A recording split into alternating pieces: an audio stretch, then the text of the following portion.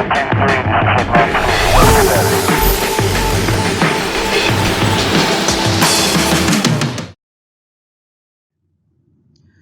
I'm Chris, and I lead the personalization and web experimentation practice here at the Bank of Montreal. Hello, my name is Claire. I'm the manager of personalization and web experimentation working with Chris.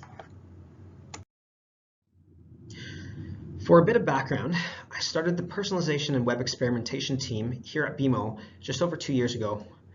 At the time, it was me and just one other person doing everything from platform setup, platform management, development, and analytics on all of our initiatives. Since then, I'm proud to say that we've grown to a team of over 20 strong and all rock stars.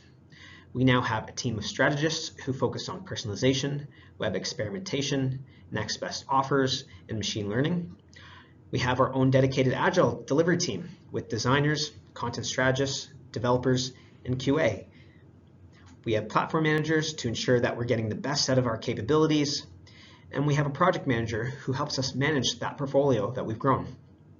And equally important, we've built a collaborative and highly productive culture here at BMO, where we're not only seen as trusted partners and experts, but where our stakeholders think about and actively seek out A/B testing and personalization initiatives. Now, we don't believe there's a one-size-fits-all solution for building a team and growing an experimentation practice, but we wanted to share our journey with you and all the things that we learned along the way. We hope that some of our story resonates with you.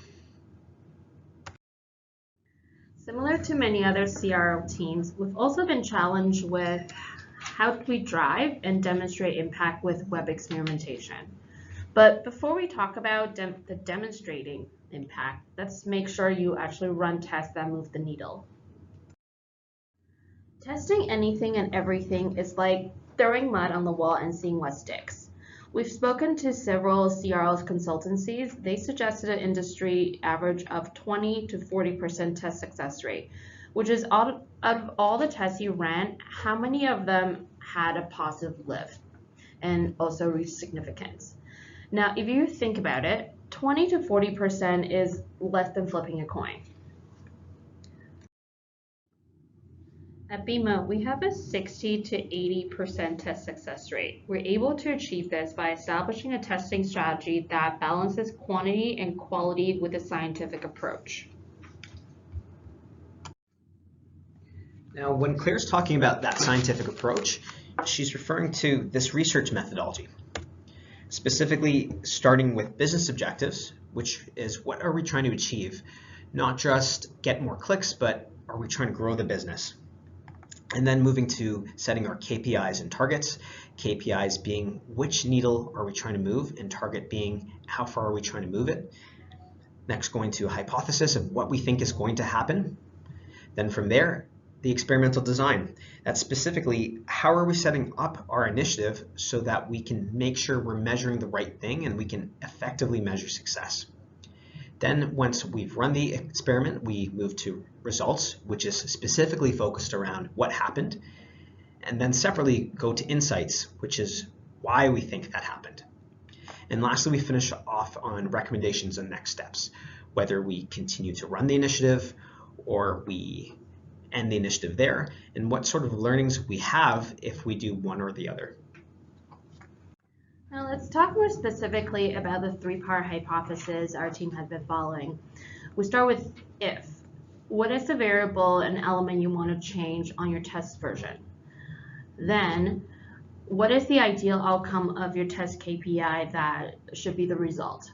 Finally, what is the rationale? What do you know about your visitors from your research analysis that supports this change in behavior?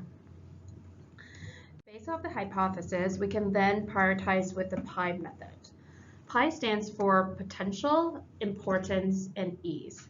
Potential is how likely it is the test version will generate a lift.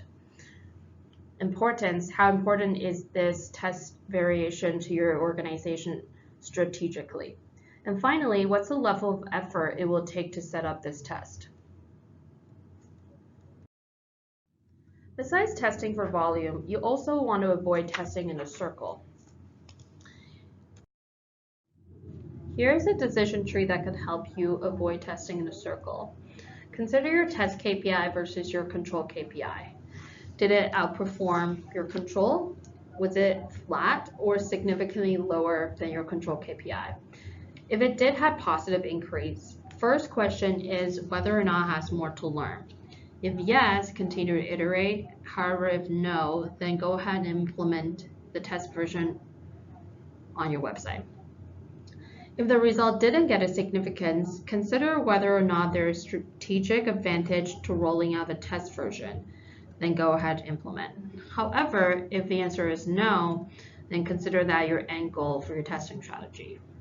Finally, if your test version didn't perform better than control, consider whether or not there's more to learn. If not, move on.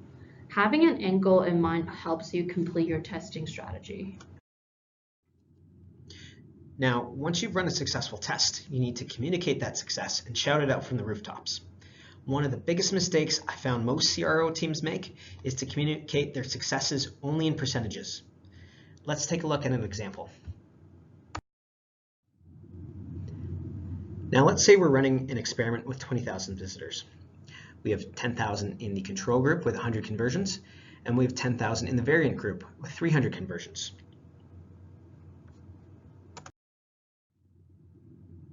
When we calculate the lift in conversion rate, we can see that we've driven a 200% increase. Awesome, that sounds great. But what does that actually mean in concrete terms for our business? Let's take it a few steps further and calculate out the incremental revenue. For 20,000 visitors at a 1% conversion rate, we would have got 200 conversions anyways. But our overall test generated 400 conversions. So we can say that we generated 200 incremental conversions. If we get an average of $100 per conversion, that's $20,000 that we've generated for our business. Now, instead of saying that we've driven a 200% increase, we're putting into concrete terms that our business understands, dollars. And $20,000 is a pretty good chunk of change for one initiative.